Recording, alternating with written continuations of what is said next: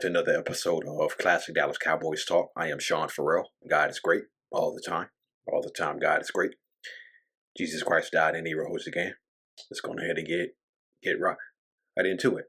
Okay. So people will remember Thanksgiving Day 2012. We were playing the Dolphins Thanksgiving Day. That was another Tony Romo game-winning drive. Well, actually, it was Dan Bailey who kicked the game-winning field goal. Yeah, it was Dan Bailey who kicked the game-winning field goal versus the Dolphins that won the game for us on Thanksgiving Day. Okay, and so the Cowboys were driving at the start of towards the end, at the end of the third quarter, going into the fourth quarter. Okay, and the Cowboys were driving. And the game should have been remembered for Dan Bailey kicking the game-winning field goal. But the game was remembered for a different reason. This is the reason why. Down. Let's put the Dolphins in front, but Dallas is threatening, starting the fourth. For the 3rd and 3. Witten makes the catch, and again, Romo doing a great job of getting away before he's knocked down. It's a first down. It was Dansby in on the quarterback this time, and Witten, he takes down a cheerleader. As somehow Romo makes another sensational play here. It's the blitz. The running back does not see Dansby on the blitz. Tony Romo takes another big shot. How about that? 3 plays. But this drive is all Tony Romo. 3 times this drive, he's gotten it done, and look out. She just saw herself on the replay. And just think if that was you or me, Jim, we'd be injured. 1st and 10. Yeah, I think the game is more remembered for that than the Cowboys actually winning the game. So, yeah, the game was more remembered for that instead of Dan Bailey kicking the game. He went hitting field goal. Okay. So Jason Witten, Melissa Kellerman are sort of hitched together in Cowboys history, at least, for funny reasons. Okay. So I know there was a little bit of controversy the following week. There was some controversy, but I couldn't quite remember what it was. So I did some research and found out that Melissa Kellerman on Twitter posted on Twitter back in 2012 or 2011 that Jason Witten wasn't as tough as he looked, and that she wasn't that hurt when Jason Witten tackled her. Okay, and so there was some little bit of controversy that the Cowboys asked her to take down her Twitter account, but my main man, Rich Hairlimple, said at that time the team did not force her to take down her Twitter, that she made the decision by herself. Okay, so that's what Richie D said. Then it was then Melissa Kellerman. Her account was reactivated, but with her tweets set to private. Okay, so yeah, that was the controversy that took place. That the Cowboys asked her to take down her Twitter. Okay, but yeah, it's just interesting that the game was more remembered for that. Jason Witten tackling the Cowboys cheerleader than Dan Bailey kicking the game-winning field goal. Okay, now winning the game did matter. Okay, but while winning the game was a big deal, okay, it was a big deal, but it just seemed like more attention was focused on what happened with Jason Witten and Melissa Kellerman. Okay, speaking of Jason Witten, Um, it the Cowboys were playing the Eagles in 2007. Okay, in Philly, and Tony Romo threw a pass to Jason Witten, and this is what happened next. And has been the head coach of 2 other teams on a fill-in basis. And that is over the middle, caught by Witten, who loses his helmet but still keeps going. A penalty marker is down, and Witten takes it to the 5-yard line. Jason Witten, in a play that you're going to see replayed a lot of times this week, losing his helmet and taking it all the way to the 5-yard line. And then to get hit and lose your hat and keep running without your hat. Ooh. And he took, I mean, that is a real blow that he took to his helmet, head to head. And then he kept running. He's looking to the outside. He's looking behind him. Whoa, that is a whap. But when you can do that, then you're a tough football player. I'm not sure I've ever seen a guy, I can't remember a guy running that far without his helmet. Yeah. Probably one of the more famous plays in Cowboys history. Okay. Jason Witten losing his helmet. Okay. And still running and picking up more yardage.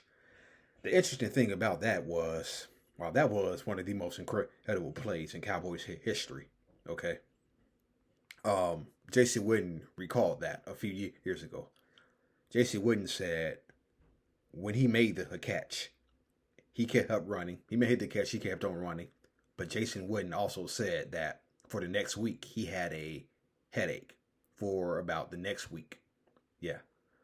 So that catch that he made, while it didn't have immediate repercussions, okay, Jason Witten said he had a headache the whole week. Monday, Tuesday, Wednesday, Thursday, Friday. Yeah. So just goes to show you the extent of stuff that football players deal with. Jason Witten made that catch. He had a headache for a whole week. Okay. So yeah. But that was still an amazing catch by Jason Witten. By the way, I was just thinking about this the other day. No. I'm gonna say no. Okay, so I probably already mentioned this before. I think I did, but when Emmitt Smith injured his shoulder in 1993 versus the New York Giants, the game where we clinched the division and had the first round bye. 1993. Skip Bayless said that Emmitt Smith was faking his shoulder injury. And Skip Bayless said Emmitt Smith was faking his shoulder injury.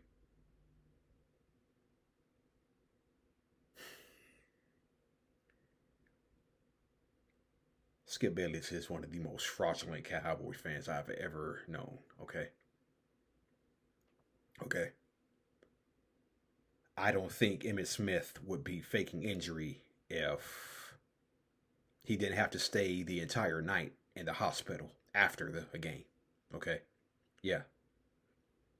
Because when the game was over, Emmitt Smith spent the entire night at the hospital. Okay.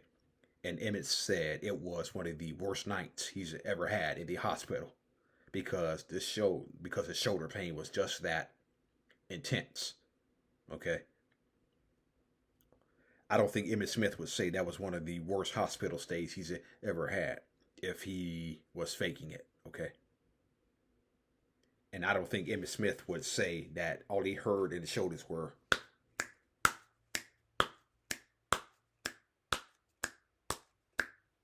cracks and pops. Okay. So you were telling me that Emmitt Smith described his shoulder injury in that game as cracks and pops. He said after the game it was the worst hospital stay he ever had. And against the Packers, his shoulder still wasn't 100%. Okay? So you mean to tell me Smith says that his shoulder felt like cracks and pops every time he got tackled. Emmitt Smith saying the whole time on the field, no pain, no pain, no pain, but I'm feeling all the pain. And he's got tears in his eyes because the pain was just that bad. Okay? And Emmitt Smith says all of that, describes all that. But yet Skip Bayless says he was faking his shoulder injury. That's what he said in 1993.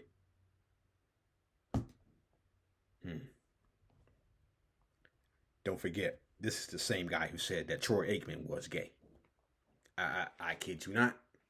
I kid you not. Go read Jeff Pearlman's book. Okay? Go read Jeff Pearlman's book. This is the same guy who said that Troy Aikman was gay. Okay?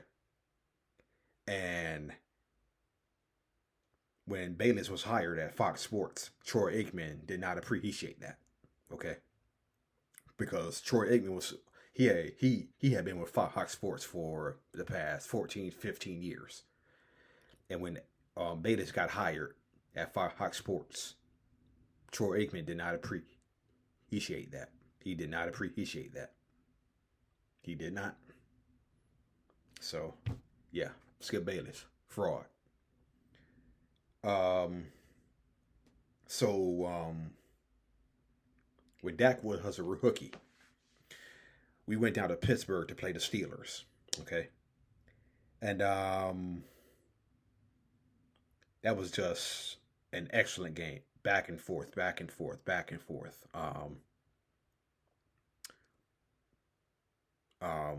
Zeke scored on a screen pass from Dak. Dez Bryant had a touchdown or catch. I remember after he caught the touchdown, he honored his father who had passed away the previous day, I believe. Okay. And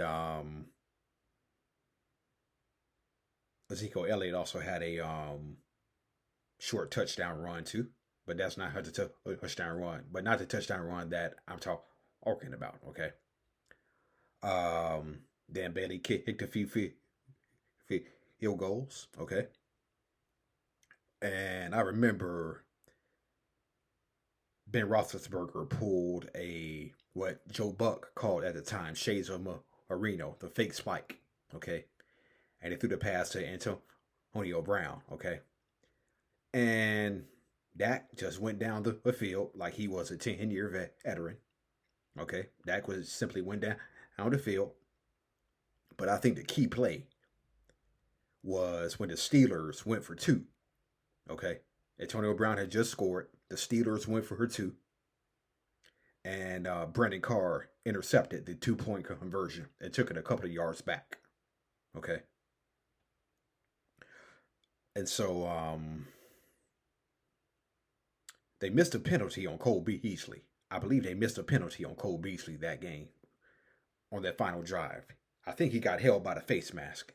The referees missed that. But I believe they saw the next one when Jason Witten got tackled by his face mask, if I'm not mistaken, okay? And a couple of plays later, Ezekiel Elliott runs in for the game-winning touchdown, okay? Ezekiel Elliott runs in for the game-winning touchdown. Now, I was at that game. No. I was at the game. Excuse me. But a couple of people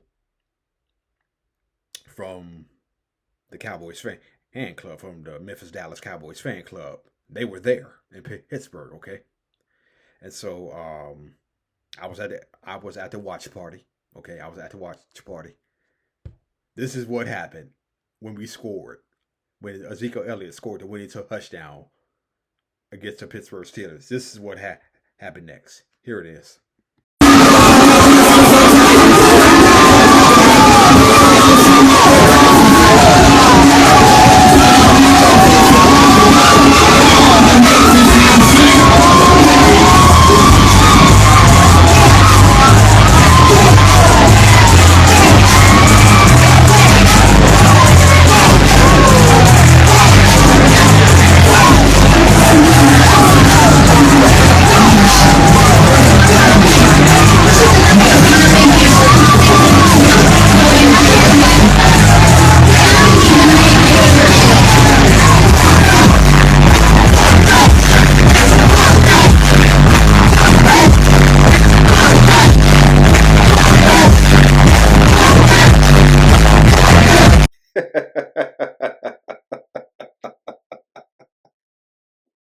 Yeah, yeah, yeah.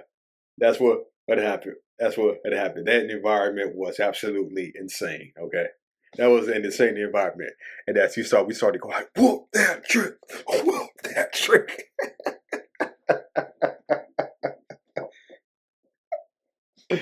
Ah, yeah, yeah, yeah. Pittsburgh thought they had the game won, right? Kind of reminds me of the game-winning drive that Dak had this past season when he threw the winning touchdown to Jalen to Hobart. Okay, and you got to remember something. The play before, Dak threw the ball in Jalen to Hobart's nuts. Okay, yeah, yeah. Tyler Smith talked about it after the game. Tyler Smith, Pro Bowl offensive lineman, talked about it after a game. He said the dude literally sprains his nuts. Okay, and then he goes back out on the field and catches the game-winning touchdown pass. Okay, yeah. So, yeah. All right, that's it. That's all for Classic Cowboys Talk. I am out of here. Peace out. May God bless you all.